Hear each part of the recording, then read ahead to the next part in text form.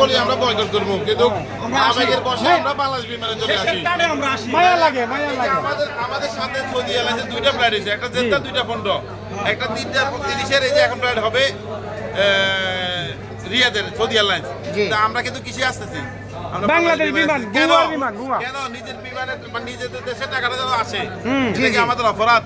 না না, এটা আমাদেরকে অপরাধ? আপনারা বলেন অপরাধ না? আমাদেরকে কেন এরকম হয়রানি করতে হবে? কেন ওনারা আমাদেরকে এরকম হয়রানি করবে?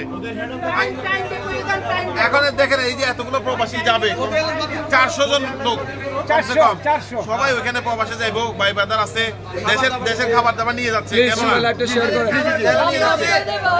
এগুলো নিয়ে যাচ্ছে? কেন যে মায়ের হাতে মায়ের রান্না করে ওই খাবারটা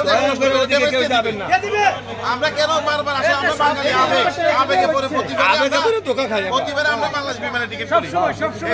আমি কমসে কম 15 থেকে 20 বার যাতায়াত করছি, যেটা বাস্তব সত্য কথা। প্রতিবারে বলি হ্যাঁ সৌদি আরবে যতবার আছি কোনো সমস্যা হয় নাই, প্রতিবারে বলি বাংলাদেশ বিমানে আসবো না। কিন্তু কেন যে আসি? যে এটা একমাত্র দেশের টানে আসি, কিন্তু তার প্রতিফলন এই যে দেখেন কতগুলো লোক। তার মধ্যে ঘটনা শুনেন, আমাদের বিমান চুরি হয়ে গেছে। কিভাবে? রিয়াদের বিমান দুবাই চলে গেছে। কি এক বিমান ব্যবস্থা দেখেন।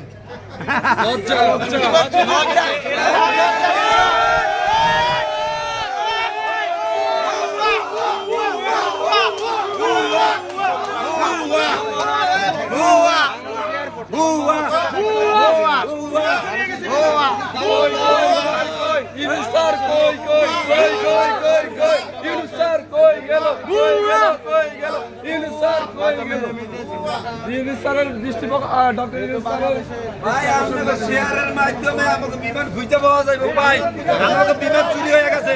দয়া করে সবারই দেখান বাংলাদেশ এয়ারলাইন্স কোন ধরনের এয়ারলাইন্স আর বিমান চুরি হয়ে যায়। ভাই আপনারা সবাই শেয়ার করেন, আমরা দেখি বিমানটা ফেরত পাই কিনা। শেয়ার